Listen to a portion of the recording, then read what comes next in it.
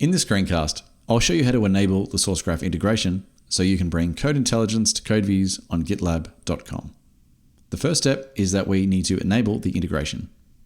To do this, let's head to Settings,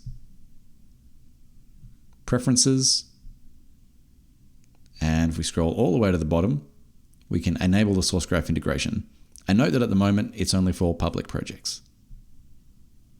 Once our preferences have been saved, let's now navigate back to the merge request.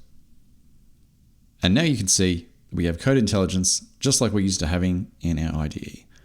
This is great for navigating around the code base.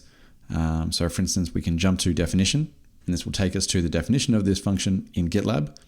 If we wanted to take this a step further and see what other parts of the code base use this function, we can use find references. This is going to take us to sourcegraph.com because this is functionality that GitLab does not provide. And we can see the references here. One final thing is that you'll notice in the left pane here, you've got functionality that you're used to in your IDE. We can see the list of symbols and the files, and we can easily click around here and start exploring the code base. So that's how easy it is to enable code intelligence for GitLab.com.